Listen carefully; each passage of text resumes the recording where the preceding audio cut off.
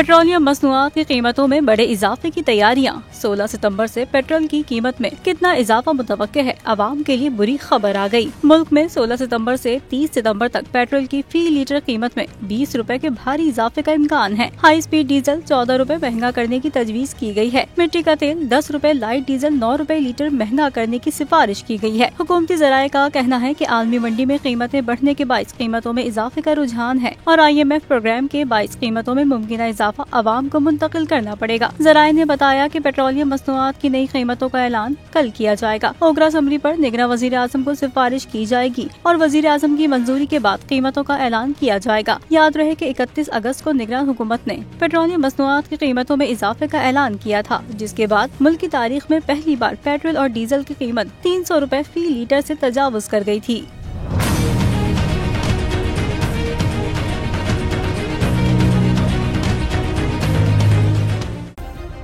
Subscribe करें और bell दबाएं ताकि कोई खबर रह न जाए।